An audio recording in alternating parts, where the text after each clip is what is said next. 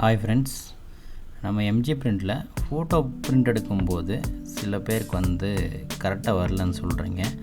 அதாவது இப்போது பிரிண்ட் கொடுத்தோம்னா இந்த ப்ரிஃபரன்ஸ் பார்த்துக்குவோம்.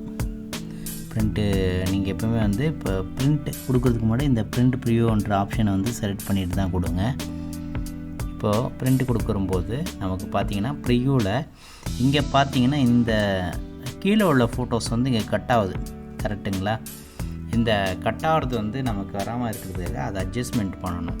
இந்த ப்ராப்ளம் எப்போ வருதுன்னாக்கா நீங்கள் வந்து சாஃப்ட்வேர் வந்து அன்இன்ஸ்டால் பண்ணி ரீஇன்ஸ்டால் பண்ணும்பொழுது இந்த மாதிரி பிரச்சனை வரும்.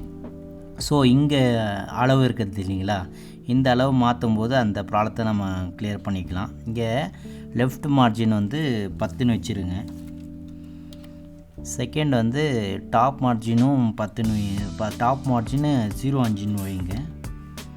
அதுக்கப்புறம் இது 10ன்னு இருக்கட்டும். வெர்டிக்கல் கேப் வந்து 10ன்னு இருக்கட்டும்.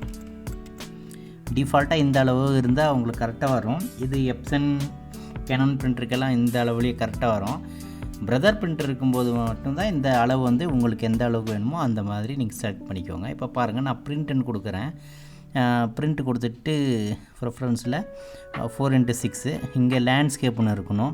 இங்கே நீங்கள் என்ன யூஸ் பண்ணுறீங்களோ அந்த மாதிரி ஃபோட்டோ பேப்பர், அதுக்கப்புறம் இந்த பிரிண்ட் ப்ரிவியூ அப்பயே சொன்ன மாதிரி கொடுத்துட்டு நம்ம ஓகே கொடுத்து அப்புறம் வந்து நம்ம இங்கே அப்ளை பிரிண்ட் கொடுக்கும் பொழுது இப்போ பார்த்திங்கன்னா உங்களுக்கு இந்த கட்டாவில் போன டைம் பார்க்கும் பொழுது நமக்கு இந்த பிரிண்ட் ஃபோட்டோட பார்டரே வரல.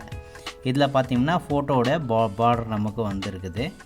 இந்த மாதிரி நீங்கள் வந்து அட்ஜஸ்ட் பண்ணிவிட்டு நீங்கள் வந்து பிரிண்ட் எடுத்துக்கோங்க.